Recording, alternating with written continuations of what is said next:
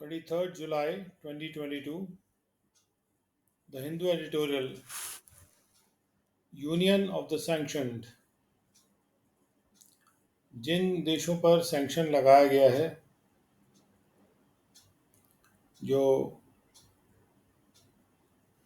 NATO countries ने sanction लगाए हैं, यानी रुकावटें लगाई हैं, उन देशों का एकीकरण. Putin is betting on Iran to expand Russian influence in the region. Russia के प्रेसिडेंट पुतिन ईरान पर शर्त लगा रहे हैं, यानी ईरान पर निर्भर हो रहे हैं, जिससे कि वो रशिया का प्रभाव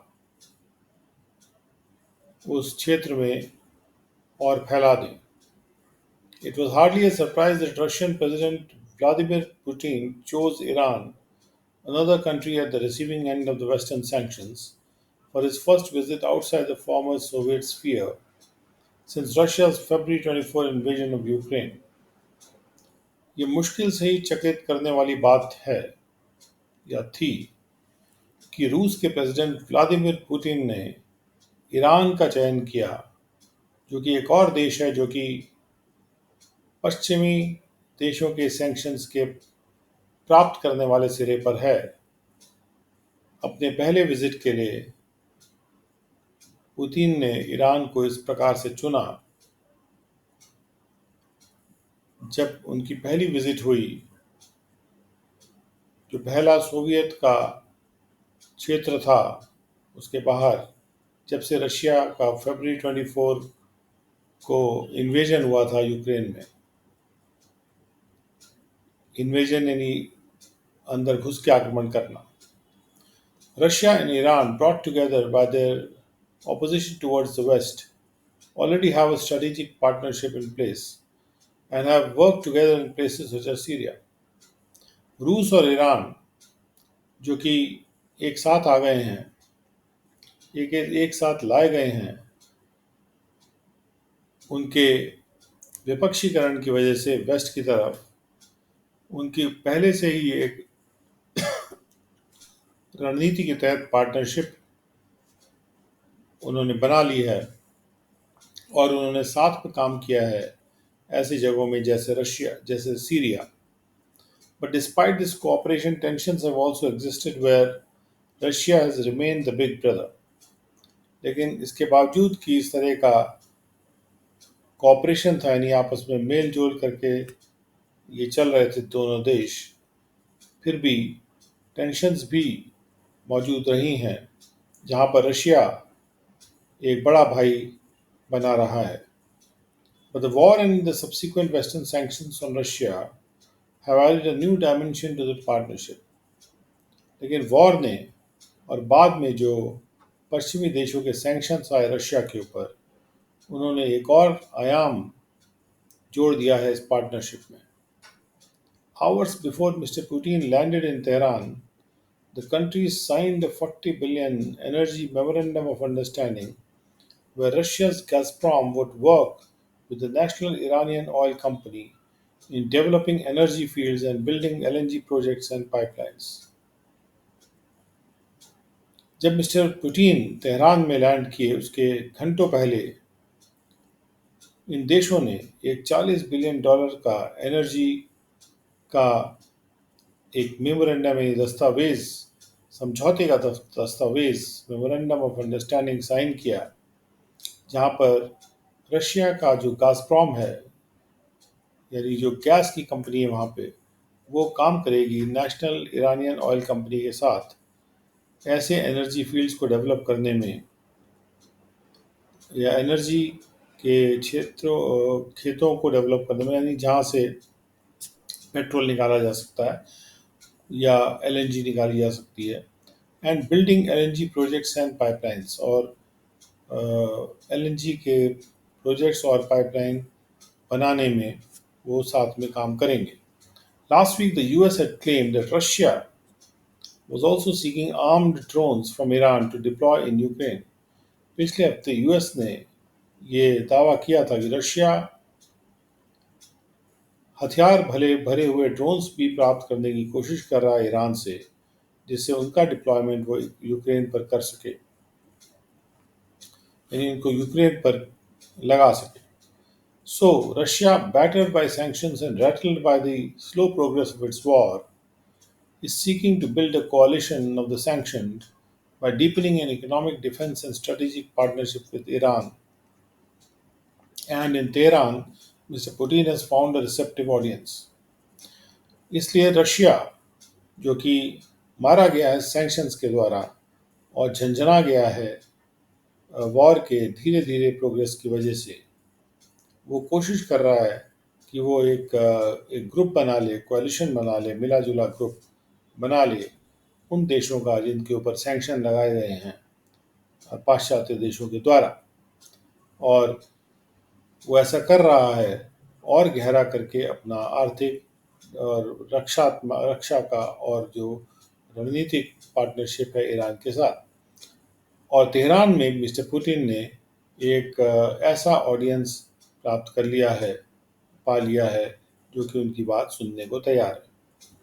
In Tehran, Mr. Putin also met Turkish President Recep Tayyip Erdogan to discuss the Syrian civil war and a United Nations proposal to allow grain exports from Ukraine ports via the Black Sea.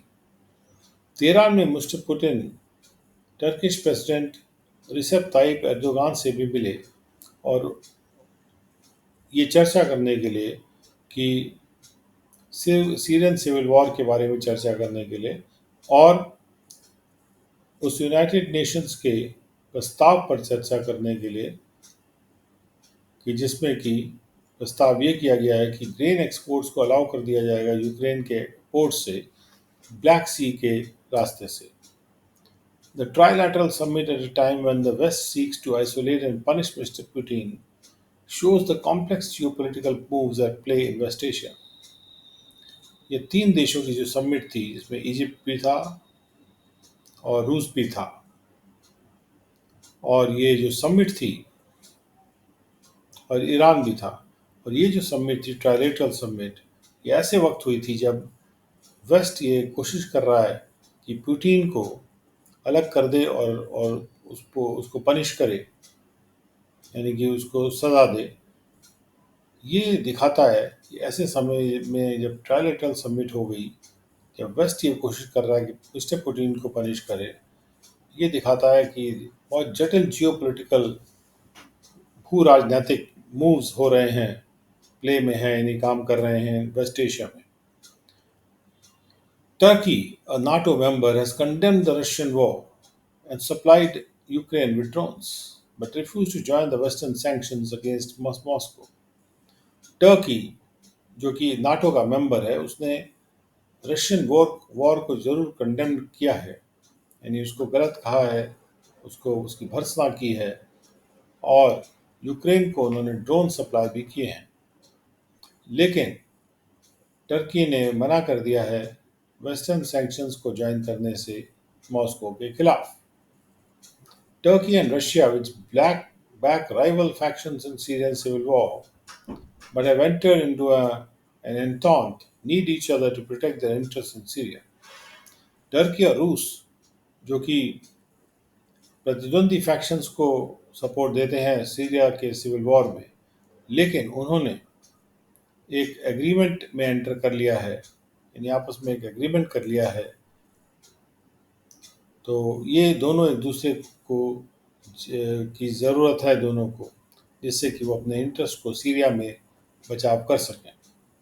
Iran, whose bet on the 2015 nuclear deal backfired after the US unilaterally pulled itself out of the agreement in 2018, has been keen on building stronger strategic and economic ties with China and Russia. Iran, जो कि जिसका कि जो बेट लगा रहा था, यानी कि पूरा जो निर्भर कर रहा था 2015 की न्यूक्लियर डील पर, और ये जो उसका पूरा इरादा था या निर्भरता थी, वो उल्टा फायर कर गई जब यूएस ने अपने आप ही खुद ब खुद अपने आप को उस न्यूक्लियर एग्रीमेंट से 2018 में बाहर निकाल लिया, खींच के बाहर निकाल लिया.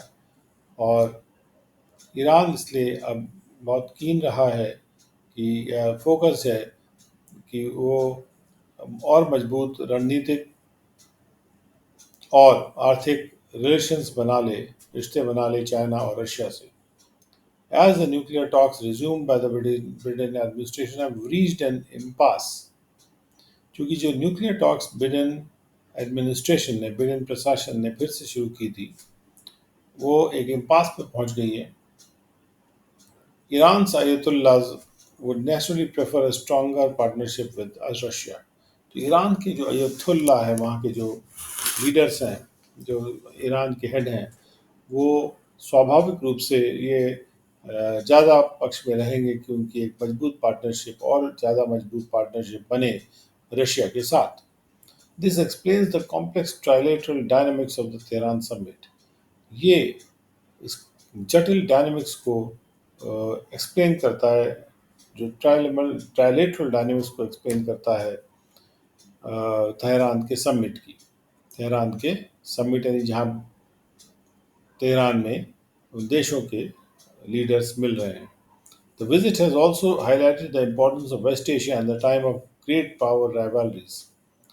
ये जो रशिया की विजिट है, पुतिन की जो विजिट है, इसने इस बात को भी हाईलाइट किया है कि पश्चिमी एशिया की इम्पोर्टेंस है, जब बहुत बड़े बड़े पावर की आपस में दुश्मनी चल रही हो तब भी। Mr. Putin's visit came just days after US President Joe Biden wrapped up his Saudi Israel tour. Mister Putin का जो यात्रा थी, वो कुछ ही दिन के बाद आई, जब उसके बाद जब यूएस के प्रेसिडेंट जो बिडेन ने अपना सऊदी अरेबिया और इसराइल का टूर अभी खत्म ही किया था।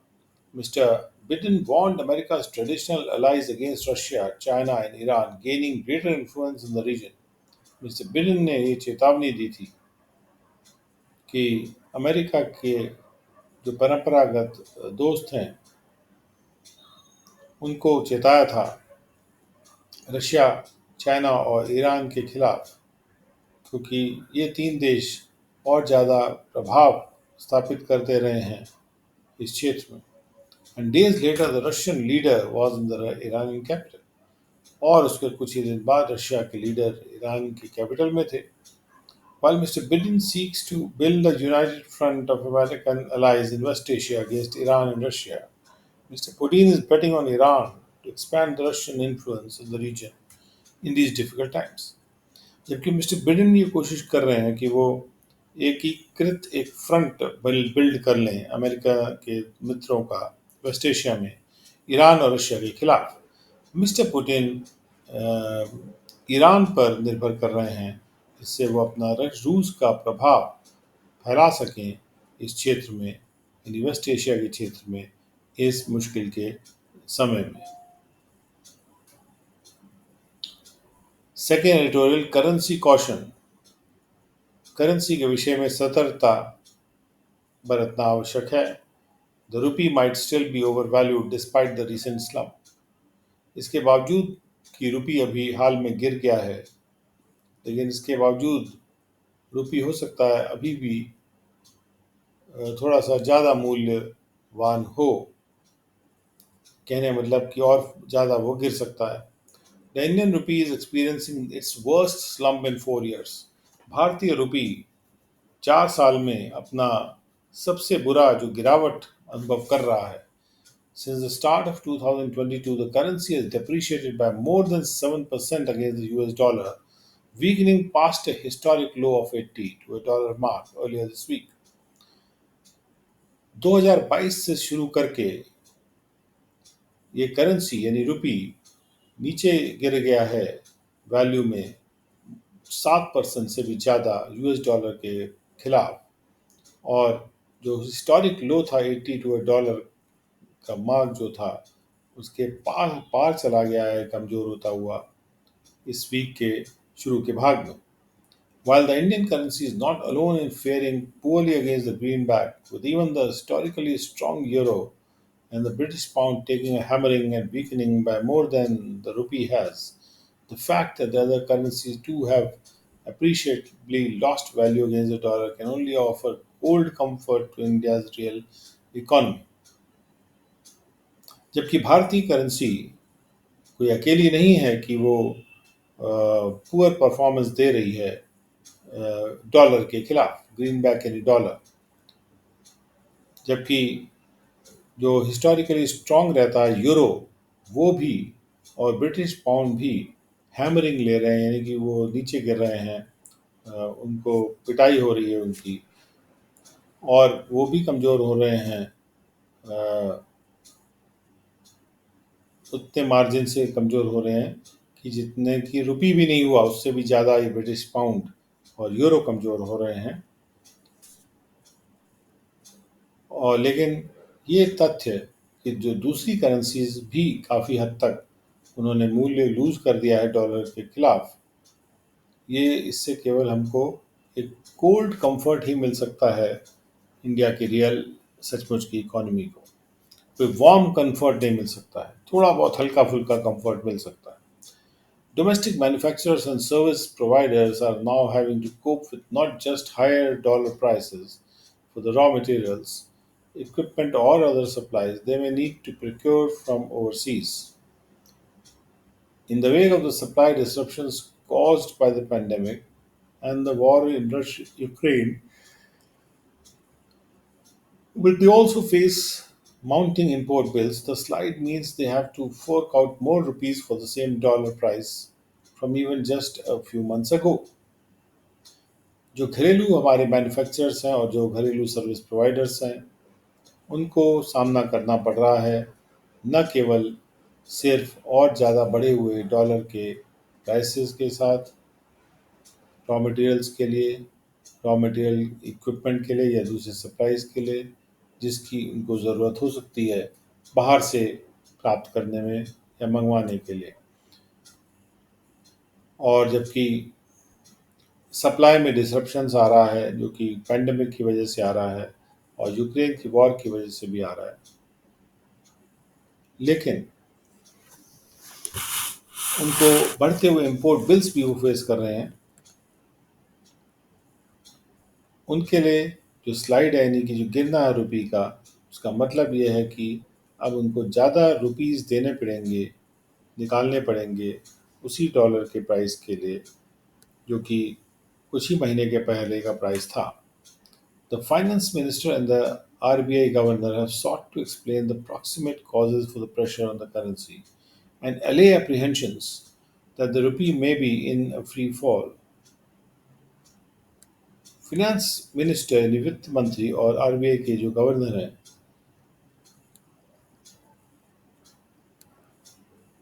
उन्होंने जो प्रेशर करेंसी झेल रही है उसके नज़दीकी कारण को एक्सप्लेन करने की कोशिश की है, चेष्टा की है, और उन्होंने सारे डर को हटाने की कोशिश की है कि रुपी का हो सकता है कहीं फ्री फॉल हो रहा हो, इस डर को हटाने की कोशिश की है। और एक ऐसा सिनेरियो है जो अल्टीमेटली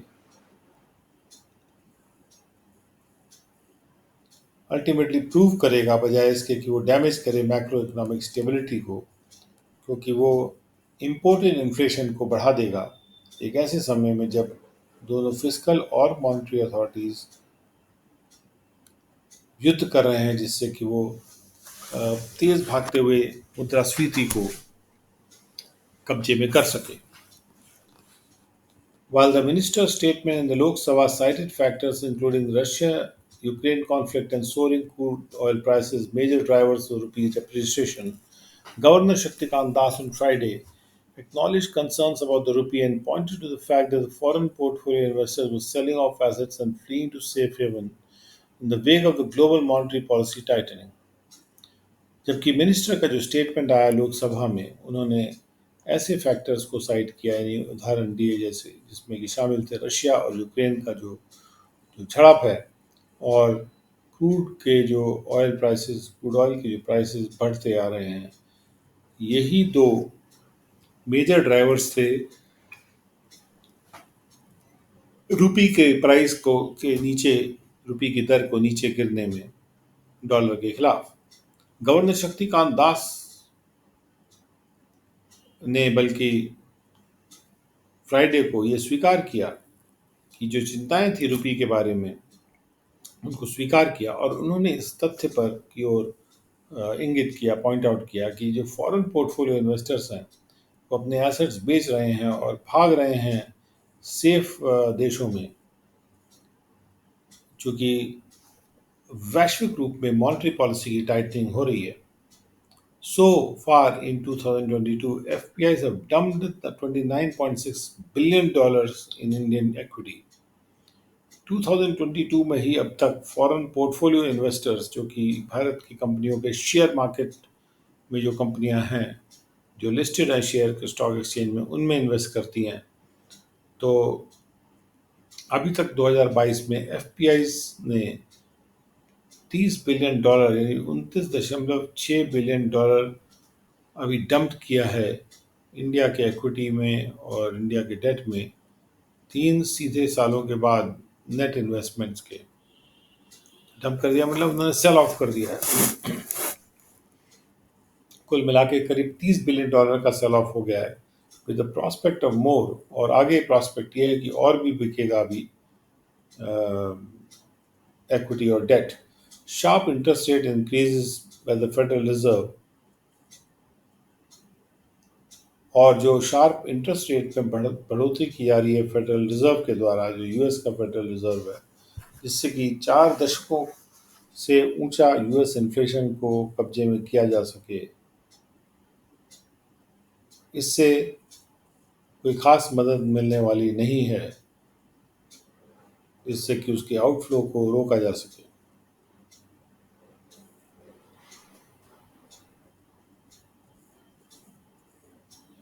यानी कि हमारे देश से डॉलर को बाहर जाने को रोका जा सके, उसका कोई तरीका नहीं है।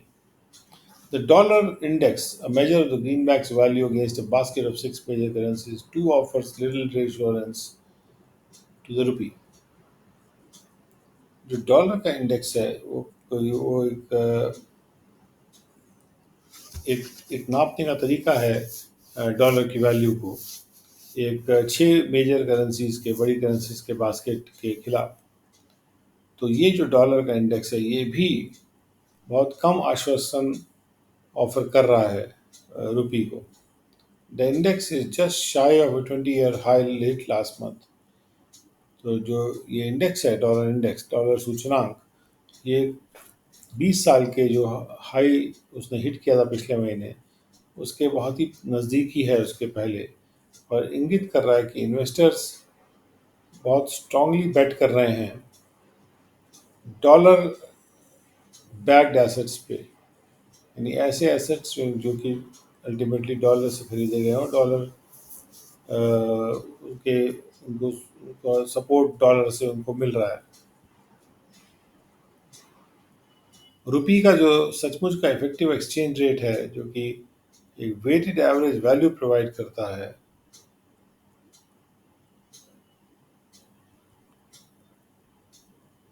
एक बास्केट ऑफ करेंसीज के रिलेशन में अपने मेजर ट्रेडिंग पार्टनर्स के जो करेंसीज हैं उनकी बास्केट बना के, इज ऑल्सो सिग्नलिंग, ये रुपी का जो रियल इफेक्टिव एक्सचेंज रेट है, ये भी सिग्नल कर रहा है कि भारतीय जो करेंसी है वो अभी भी ज़्यादा मूल्य की है, ओवर वैल्यूड है, यानी कि अभी उसको और मूल्य गिरेगा उसका, अगर नेचुरल फोर्सेस को चलने दिया जाए, और इसलिए अभी रूम है कि ये रुपी और ज़्यादा नीचे गिरेगा। और notwithstanding Mr. Das's assertion that India's underlying fundamentals are strong and resilient, with foreign exchange reserves adequate, the RBI will need to judicially utilize every dollar in its war chest to ensure that a likely slowdown in exports and sticky imports do not add more undue pressure on the rupee. Mister Das ने भले ही ये जोर देके कहा हो कि भारत के जो अंडरलाइंग फंडामेंटल्स हैं मजबूत हैं और उनमें प्रतिरोधात्मक क्षमता है, और फॉरेन एक्सचेंज के जो हमारे रिजर्व्स हैं वो पर्याप्त हैं, लेकिन इस बात को नज़रअंदाज करके भी आरबीआई को ज़रूरत होगी कि वो हर डॉलर को जुडिशली यानी न्यायोचित तरीके से यूज़ कर ले, जो भी डॉलर उनके पास उनके वॉर चेस्ट में है, ये सुनिश्चित करने के लिए कि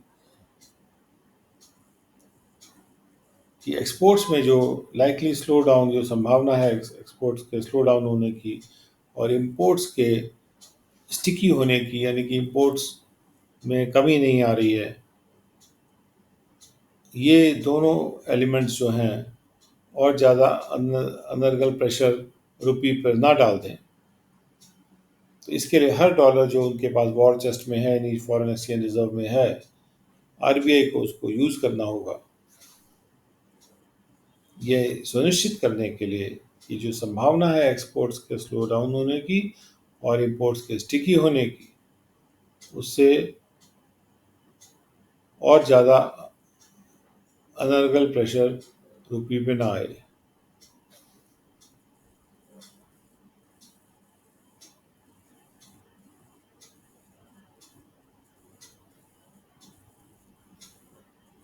Not missing the law for the trees. The Economic Times editorial.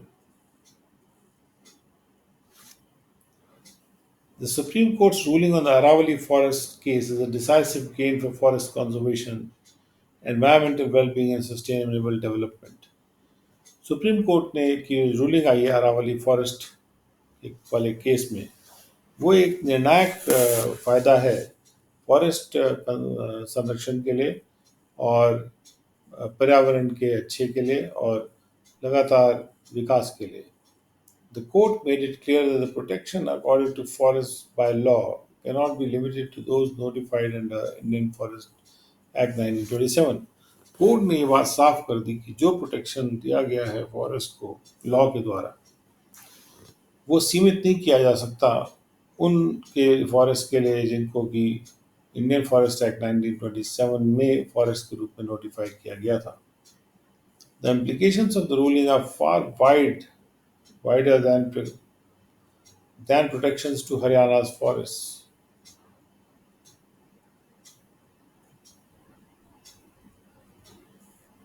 इस रूलिंग के जो असर हैं वो काफ़ी विस्तृत हैं उसके मुकाबले में कि जो प्रोटेक्शन वो हरियाणा के फॉरेस्ट को दे रहे हैं, यानी केवल प्रोटेक्शन की बियॉन्ड इसके इम्प्लीकेशंस हैं इस रूलिंग के। सम 30,000 hectares across the Aravallis and Shivalik, और ये प्रोटेक्शन जा रहा है 30,000 हेक्टेयर को अरावली और शिवालिक माउंटेन्स के across. This ruling comes at a time when biodiversity loss has emerged as a major challenge with substantial economic implications। और ये सुप्रीम की रूलिंग ऐसे समय में आई है जब बायोडाइवर्सिटी का जो लॉस हो रहा है वो उभर के आया है एक बड़ी चुनौती के रूप में, जिसके कि भरपूर और बहुत ज़्यादा आर्थिक असर हैं। The court ruled that the Aravali forests were legally required to be treated as that forests। Court ने ये रूलिंग दी है कि अरावली फॉरेस्ट को ये कहा गया था, लीगली उनके लिए ज़रूरी किया गया था, ये ज़रूरी किया गया था कि लीगल तरीके से ज़रूरी किया गया था कि उनको फॉरेस्ट की तरह से ट्रीट किया जाए। सो इसलिए prior permission of GOI is required to allow any change of user of forest or deemed forest land। इसलिए अगर कोई भी चेंज ऑफ यूज़र करना है फॉरेस्ट का या जो मान लिया गया फॉरेस्ट लैंड का, अगर कोई चेंज यूज़र का चेंज करना है, यानी कि किस इस्तेमाल में वो लाया जाएगा, अगर उसमें कोई चेंज लाना है तो GOI की यानी गवर्नमेंट ऑफ इंडिया की पूर्व परमिशन की ज़रूरत पड़ेगी। The case centers on the interpretation of the Punjab Land Preservation Act 1900। और ये केस केंद्रित है पंजाब लैंड प्रिजर्वेशन एक्ट 1900 के अर्थ पे, जो किस तरह से इसका अर्थ किया जाता है, and whether areas under special orders can be considered forest irrespective of being notified or not as such in the government records। और ये केस जो है केंद्रित हो रहा है कि पंजाब लैंड प्रिजर्वेशन एक्ट 1900 के का मीनिंग क्या लिया जाएगा, उसको इंटरप्रेट कैसे किया जाएगा, और यदि जो एरियाज स्पेशल ऑर्डर में आते हैं, क्या जो एरियाज स्पेशल ऑर्डर्स में आते हैं, क्या उनको फॉरेस्ट माना जा सकता है? इस बात को नज़रअंदाज करते हुए भले ही उनका नोटिफिकेशन ना हुआ हो या हो भी गया हो फॉरेस्ट के रूप में, एज सच यानी फॉरेस्ट के रूप में, यानी उस प्रकार से इन गवर्नमेंट के रिकॉर्ड्स में, तो स्पेशल ऑर्डर के द्वारा जो ऐसा ऑर्डर जो कि किसी एक्ट के तहत नहीं किया गया, एक स्पेशल ऑर्डर कर दिया गया और उसमें उसको नोटिफाई कर दिया गया फॉरेस्ट के रूप में, तो क्या हम उसको फॉरेस्ट मान लेंगे? This interpretation gives a new lease of life to the Forest Conservation Act 1980। और ये जो मीनिंग निकाला गया है सुप्रीम कोर्ट के द्वारा, ये एक नई, एक जीवन का एक मौका दे रही है फॉरेस्ट कंजर्वेशन एक्ट 1980 को। एंड ये जो इंटरप्रिटेशन है, ये प्रोटेक्शन एक्सटेंड कर रहा है बहुत से बायोडाइवर्सिटी में जो रिच एरियाज हैं उनके लिए। Forest areas across India, particularly those not notified under 1927 Act, have been under increased stress. As forest areas जो पूरे इंडिया में हैं, जिनको खास तौर पे जिनको नोटिफाइड नहीं किया गया था 1927 एक्ट में, वो काफ़ी स्ट्रेस में रहे हैं। State governments have been diverting land for non forest usage. किस प्रकार से स्ट्रेस में रहे फॉरेस्ट एरियाज? क्योंकि स्टेट की जो सरकारें हैं, राज्य सरकारें इस लैंड को डाइवर्ट करती रह रही हैं नॉन फॉरेस्ट इस्तेमाल के लिए, जैसा कि साबित होता है ड्राफ्ट रीजनल प्लान 2041 से, जो national capital region planning board का प्लान है, that did away with key regulations meant to protect the Aravalli ecosystem, जिसने कि जो मुख्य रेगुलेशंस थे उसको ख़त्म कर दिया, जिनका जिनका मतलब था कि वो अरावली के इकोसिस्टम को प्रोटेक्ट करेंगे, और वो ऐसे मुख्य रेगुलेशंस को उन्होंने डिड अवे विथ, यानी कि उसको हटा दिया। Natural forests are critical to slowing down global warming and protecting the ecosystem services necessary to sustaining life as we know it। जो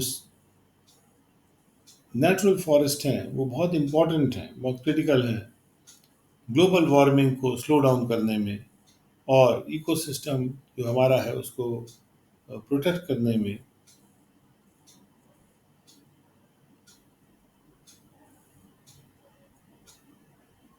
इकोसिस्टम की सर्विसेज को प्रोटेक्ट करने में, जिनकी ज़रूरत होती है लाइफ को बरकरार रखने के लिए, जिस रूप में हम लाइफ को जानते हैं। इकोसिस्टम सर्विसेज जैसे कि वाटर सिस्टम्स और अब्जॉर्बिंग कार्बन डाइऑक्साइड, तो valuation systems of nature should be incorporated as part of development and economic policy making. जो मूल्य निकालने वाले सिस्टम्स हैं, वैल्यूएशन सिस्टम्स नेचर के, उनको भी शामिल किया जाना चाहिए, इनकॉर्पोरेट किया जाना चाहिए डेवलपमेंट पॉलिसी मेकिंग में और इकोनॉमिक पॉलिसी मेकिंग में। जब भी हम कोई डेवलपमेंट पॉलिसी बनाते हैं या इकोनॉमिक पॉलिसी बनाते हैं, उसमें हमें देखना चाहिए कि नेचर का वैल्यूएशन किस तरह से हो रहा है, क्या नेचर डिवैल्यू हो रहा है, क्या प्रकृति को कोई चोट पहुंच रही है उससे कि नहीं पहुंच रही है, कितनी चोट पहुंच रही है, और इनको इनकॉर्पोरेट करना चाहिए अपने पॉलिसी मेकिंग में। तो इस प्रकार से जो सुप्रीम कोर्ट की रूलिंग आई है, वो एक निर्णायक फ़ायदा है फॉरेस्ट कंजर्वेशन, एनवायरनमेंट वेलबींग और सस्टेनेबल डेवलपमेंट के लिए, क्योंकि इसमें कोर्ट ने ये क्लियर कर दिया है कि जो प्रोटेक्शन फॉरेस्ट को दिया गया था लॉ के तहत, वो प्रोटेक्शन केवल उन एरियाज़ के लिए लिमिटेड नहीं हो सकता है जो कि नोटिफाइड हैं इंडियन फॉरेस्ट एक्ट 27 में, बल्कि जो स्पेशल ऑर्डर से भी जिनको फॉरेस्ट डिक्लेयर किया गया था उनको भी इसका प्रोटेक्शन मिलेगा।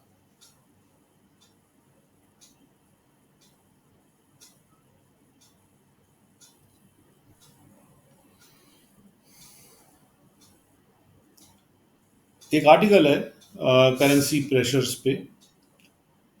प्रेशर्स के बावजूद रुपी का जो ज़बरदस्त प्रतिरोधात्मक क्षमता है, और जैसे जैसे रुपी शार्पली गिरा है डॉलर के खिलाफ, तो ये जो गिरावट है वो दूसरे करेंसीज के मुकाबले में कम रही है पिछले समय के में जैसा हुआ था उसके विपरीत। भारतीय रुपी करीब करीब 60% से डॉलर के खिलाफ डिप्रिशिएट हो गया है जब से साल की शुरुआत हुई है। और ये डिप्रिसिएशन हुआ है कई डोमेस्टिक और घरेलू और ग्लोबल फैक्टर्स के रिस्पांस में। खास तौर पे करंट अकाउंट डेफिसिट हमारा वाइड हो रहा है और लगातार एक खतरा बना हुआ है सेंटिमेंट्स खराब होने का, क्योंकि भू राजनीतिक टेंशन्स बनी रही हैं उसके रिजल्ट में। और डॉलर इंडेक्स जो है वो मजबूत हो रहा है और लगातार foreign portfolio investors sell off कर रहे हैं इंडियन इक्विटीज़ को और सिक्योरिटीज़ को, और इन सब चीज़ों ने एक प्रेशर बना दिया रुपये के ऊपर। ये नोट किया जाना चाहिए कि डॉलर दूसरे करेंसीज के मुकाबले में, सभी करेंसीज के मुकाबले में मजबूत हुआ है, चाहे वो डेवलप्ड करेंसीज हो चाहे इमर्जिंग इकोनॉमीज की करेंसीज हो। जो दौड़ता हुआ इन्फ्लेशन का लेवल है पिछले साल के मुकाबले में, जिसने देखा है कि कंज्यूमर प्राइस इंडेक्स हमारा, कंज्यूमर प्राइस इंडेक्स का जो इन्फ्लेशन है यूनाइटेड स्टेट्स में वो कई दशकों के हाई पे पहुंच गया 9.1% के जून 2022 में। और इस बात ने प्रॉम्प्ट किया है कि मॉनेटरी पॉलिसी में हमारा वो रिवर्सल आना चाहिए, मॉनेटरी पॉलिसी स्टैंस में यूएस फेडरल रिजर्व के एक रिवर्सल आना चाहिए। जबकि इन्फ्लेशन बढ़ते जा रहा है बिना रुके, फेड से वाइडली एक्सपेक्ट किया जा रहा है कि वो इंटरेस्ट रेट बढ़ाता जाएगा। और ये बात सरप्राइजिंग नहीं है कि जो इंटरेस्ट रेट को बढ़ाने का साइकिल है यूएस फेडरल रिजर्व का, उसने डॉलर के ऊपर उठने को प्रेसिपिटेट कर दिया है, मतलब उसी की वजह से डॉलर अप्रिशिएट कर गया है, और जिससे कि डॉलर इंडेक्स जो है वो करीब 11% बढ़ गया है 2022 के अंतर्गत ही अभी तक। और इस तरह से वो उसको इंडेक्स को 20 साल के हाई के ऊपर ले गया है। और चूंकि यूएस में और ज़्यादा रिस्क फ्री रिटर्न अब मौजूद हैं, तो लगातार फॉरेन पोर्टफोलियो का कैपिटल जो है इंडिया से बाहर जा रहा है अक्टूबर 2021 से, जो कि कुल मिला के $30 बिलियन बाहर निकल गया इस साल में। और इससे जो नीचे का प्रेशर है रुपी पर वो और तीव्र हो गया है। जो सेफ हेवन डिमांड है डॉलर के लिए, जबकि भू राजनीतिक रिस्क बने हुए हैं, तो उसने भी डॉलर इंडेक्स को और भी ज़्यादा बोल्स्टर कर दिया, यानी सपोर्ट कर दिया है, उसको मजबूत बना दिया डॉलर को। जो सेफ हेवन से डिमांड आ रही है डॉलर की। Reserve Bank of India, safe haven वो देश है जहाँ पे लोग जाके बस जाते हैं, अपने कंपनीज को बसा लेते हैं, क्योंकि वहाँ टैक्स नहीं होता है। The reserve Bank of India ने स्टेप इन कर दिया है, जिससे कि जो बाहर डिप्रिसिएशन हो रहा था करेंसी को, उसको रोकने के लिए। और उन्होंने हस्तक्षेप किए हैं स्पॉट मार्केट में और फॉरवर्ड मार्केट में भी फॉरेन एक्सचेंज के, जिससे कि डॉलर ज़्यादा न नीचे गिरे। और इसके परिणामवश भारत का जो फॉरेन एक्सचेंज रिजर्व है वो करीब करीब $55 बिलियन से नीचे आ गया है, अपने $635 बिलियन के हाई से, जो कि इस साल ही में देखा गया था। क्रूड ऑयल प्राइसेस जो वैश्विक रूप से जो बढ़ गए हैं, उन्होंने भी भारत के ऑयल इंपोर्ट बिल पे असर किया है, और इन टर्न उससे ट्रेड डेफिसिट वाइडन हो गया है।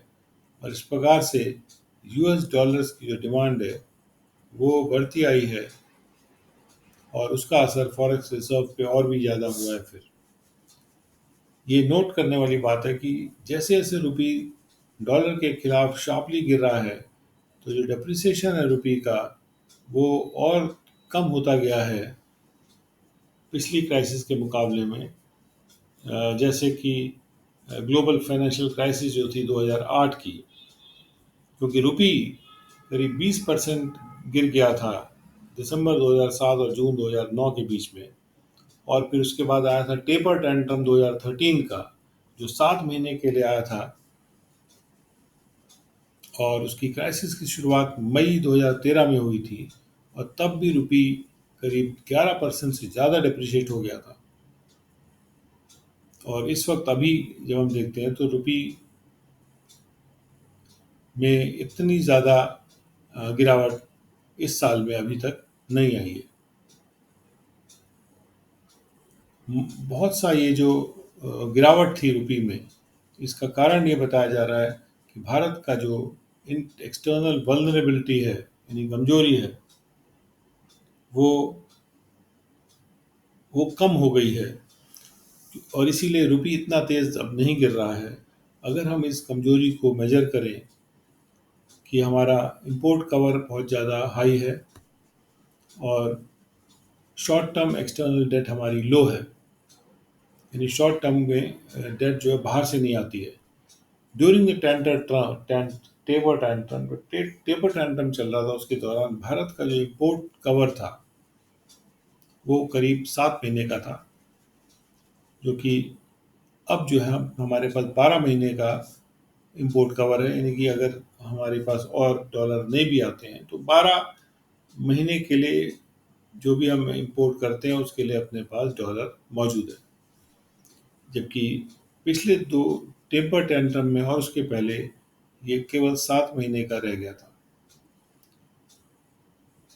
कम रुपी अगर कमज़ोर होता है, उसका जो इकॉनमी पर इम्प्लीकेशंस है, यानी रिजल्ट है, वो कई टाइप का होता है। जो फ़ायदे हैं इसके वीक रुपी के, वो ये है कि रुपी के वीक होने से एक्सपोर्टर को फ़ायदा होता है, जिससे कि वो ज़्यादा कंपेटिटिव हो जाता है। लेकिन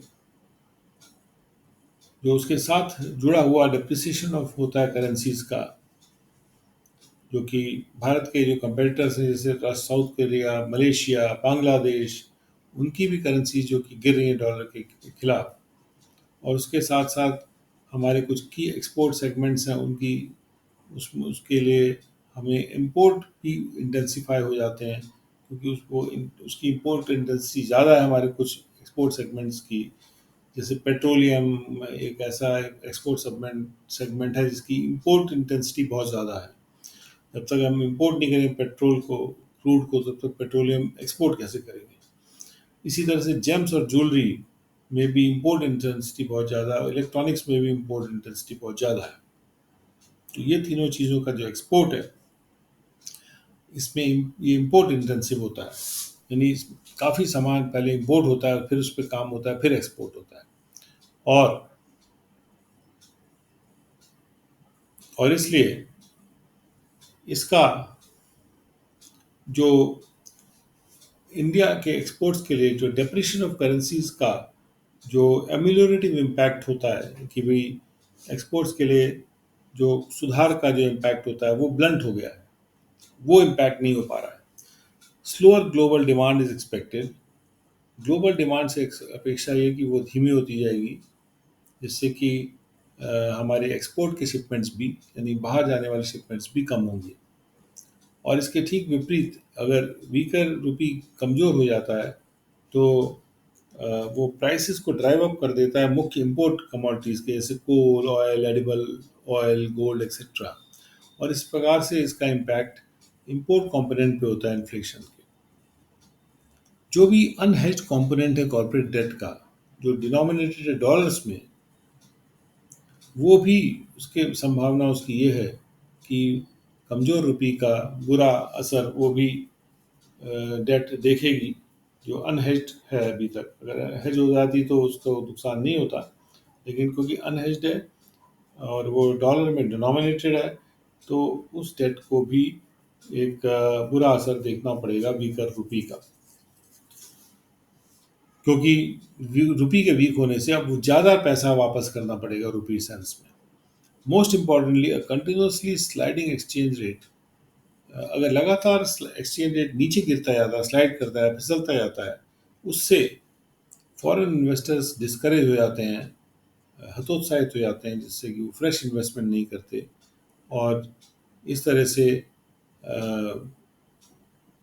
जो भी इन्वेस्टमेंट है उनकी वैल्यू कम होती जाती है डॉलर टर्म्स में। और इस कारणों से ये आदर्श रहेगा कि हम इन्वेस्टर्स को कॉन्फिडेंस दें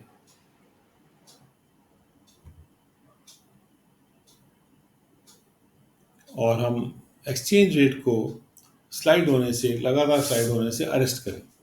ऑफ कोर्स कोई भी टारगेट को अवॉइड किया जाना चाहिए, क्योंकि जो ग्लोबल फोर्सेस हैं वो फ्लूइड हैं और मार्केट फोर्सेस को प्ले करने देना चाहिए। तो एक लिमिट तक ही आरबीआई का यहाँ रोल हो सकता है। ऐसा नहीं है कि हम अगर रुपये नीचे जा रहा है तो मार्केट फोर्स के खिलाफ जाके उसको हम प्रोटेक्ट करना शुरू कर दें। तो आरबीआई ने क्या मेजर्स लिए हैं? फॉरेक्स मार्केट में हस्तक्षेप करने के अलावा, जिससे कि रुपये की वैल्यू की फॉल को अरेस्ट किया जा सके, आरबीआई ने एक बहुत सारे मेजर्स भी अनाउंस किए हैं हाल में, जिससे कि टू फॉरेन इन्फ्लोज को लिबरलाइज करने के लिए जो देश में आ रहे हैं और उनको और आकर्षित बनाने के लिए। अब ये मेजर जैसे कि ट्रेड सेटलमेंट्स को प्रमोट किया गया इंडिया और दूसरे देशों के साथ रुपी टर्म्स में, जो हमारे ट्रेड सेटलमेंट हों उससे। उसके अलावा ज़्यादा इंटरेस्ट रेट दिया जा रहा है फ्रेश फॉरेन करेंसी के नॉन रेजिडेंट बैंक अकाउंट्स में और नॉन रेजिडेंट एक्सटर्नल डिपॉजिट्स में। और इसके अलावा तीसरी बात कि जो यूनिवर्स है गवर्नमेंट और कॉर्पोरेट डेट का, उसमें से जो इन्वेस्टेबल पार्ट है उसको और वाइडन किया जा रहा है और इंटरेस्ट रेट का एक रिलैक्सेशन दिया जा रहा है और अमाउंट की सीलिंग दी जा रही है एक्सटर्नल कमर्शियल बोरिंग के लोन्स के लिए। और इसके अलावा भी और भी स्टेप्स लिए गए हैं। इन सब ने कंट्रीब्यूट किया है रुपये के गिरावट को अरेस्ट करने में डॉलर के खिलाफ। कुछ और भी मेजर्स लिए जा सकते हैं अगर हमको करेंसी का जो स्लाइड है, यानी करेंसी जो गिरती आ रही है, अगर अनअबेटेड रहता है, हटता नहीं है, तो कुछ और मेजर्स भी लिए जा सकते हैं। गवर्नमेंट जैसे इनकरेज कर सकती, प्रोत्साहित कर सकती है कुछ लार्ज मार्केट कैप वाली कंपनियों को, चाहे वो प्राइवेट में हो चाहे पब्लिक सेक्टर में हो, कि उनको इंक्लूड कर लिया जाए मेजर ग्लोबल इंडेक्सेस में, जैसे एमएससीआई या एफटीएसई में। ये बड़े वैश्विक इंडेक्सेस हैं वर्ल्ड के, और अगर उनको इंक्लूड कर लिया जाएगा तो ये इससे हेल्प मिलेगी इंडियन एक्विटीज़ का वेट बढ़ाने में इन इंडेक्सेस में। और उससे क्या होगा कि जो फॉरेन पोर्टफोलियो आउटफ्लोज हो गए हैं उसका कुछ ना कुछ कॉम्पेंसेशन हो जाएगा, क्योंकि इन्वेस्टर्स जो हैं वो इंडिया में अंडरवेट होना नहीं चाहेंगे। क्योंकि जब हमारे कंपनीज एमएससीआई और एफटीएसई में लिस्ट होंगे तो उन कंपनीज के भी शेयर फॉरेन इन्वेस्टर्स खरीदना चाहेंगे।